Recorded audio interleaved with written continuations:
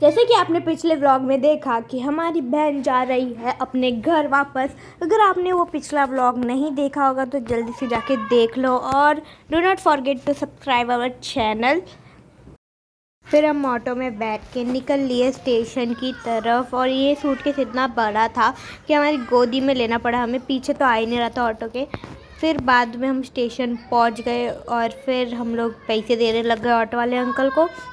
और फिर मम्मी ने मुझे दे दिए पैसे क्योंकि हमें लग रहा था कि हमारी ट्रेन छूट जाएगी क्योंकि हम लेट हो गए ऐसा लग रहा था। पर मैं पैसे लेके जैसी भागी और अंकल को दिए तो अंकल ने हमारा पहले तो जल्दी से टिकट निकाला और उनको हमने पैसे दिए और उन्होंने हमें टिकट दे दिया। और फिर बाद में हम स्टेशन पे पहुँचे तो हमें पता चला कि हम लेट नहीं हुए हैं, ट्रेन थोड़ी सी लेट हो चुकी है। और हम लोग वहाँ पर थोड़ा आगे जाके खड़े हो गए जहाँ पर लेडीज़ डब्बा आ जाएगा। हम लोग वहाँ पर बहुत देर से खड़े थे तो मुझे बहुत प्यास लग रही थी और हमारे पास पानी भी नहीं था। मैंने सोचा थोड़ा छाछ ही पी लेते हैं, एक छाछ दे दो। और फिर मैंने एक छाछ ले ली और ये अंकल पता नहीं क्यों इतना घूर घूर के देख रहे थे और इनने मेरे को एक छाछ का पैकेट फाड़ के दे दिया जो कि मैंने ले लिया। और फिर मैं उसको एंजॉय करने लग गई। मुनमुन दीदी अपनी कहानी सुना रही थी और मैं उनकी कहानी सुन सुन के एंजॉय कर रही थी अपनी छाछ, जो कि बहुत ही अच्छी लग रही थी। फिर बाद में हमारी ट्रेन भी आ गई और मैं ट्रेन के बहुत पास खड़ी थी हीरो बनने के लिए मुनमुन दीदी के सामने। पर मम्मी ने बोला कि पीछे आ जा वरना कोई फ़ोन छीन के भाग जाएगा ट्रेन से। तो हम पीछे आ गई मैं।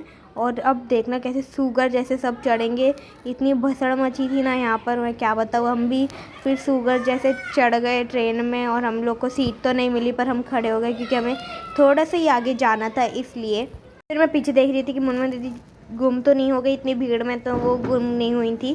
फिर हम लोग पहुँच गए अपने स्टेशन पे। हम आए तो शाम को थे, मतलब इतना अंधेरा भी नहीं हो रहा था, पर आके देखना कितना अंधेरा हो जाता है। और हमने ट्रेन को बाय बाय किया और ये ट्रेन जाने लग गई। और जब हम वहाँ पर थोड़ी और देर रुके थे वहाँ पर और भी अंधेरा होना चालू हो गया और हम लोग को, मतलब मुझे बहुत ज़्यादा भूख भी लग रही थी और मैं मम्मी को बोल रही थी चलो चलो घर पे चलते हैं, इनको छोड़ दो यहाँ पर ही। पर मम्मी बोली कि बस अभी ट्रेन आ गई है। और हमने जैसे ही इंडिकेटर देखा वहाँ पर ट्रेन का उनका डब्बे का नंबर दिखने लग गया था तो हम लोग जल्दी जल्दी भागे उनके डब्बे के इधर। तो उनका डब्बा था B5 और हम लोग वहाँ पर जल्दी जल्दी जाने लग गए। और यहाँ पर देखो कितनी ज़्यादा भीड़ है, मैं आपको क्या बताऊँ, ऐसा लग रहा था पूरे देश की पॉपुलेशन इधर ही आ गई है। 6:40 को बहुत ज़्यादा ही अंधेरा हो गया था क्योंकि अब ठंड बढ़ चुकी है। और यहाँ पर फाइनली मुनमुन दीदी की ट्रेन पधार चुकी है। बहुत देर होने के बाद आई ये ट्रेन, अंधेरा भी हो गया था एकदम ऑलमोस्ट। और जनरल के यहाँ पर तो ज़्यादा भीड़ थी, इतनी भीड़ थी मैं क्या बताऊँ।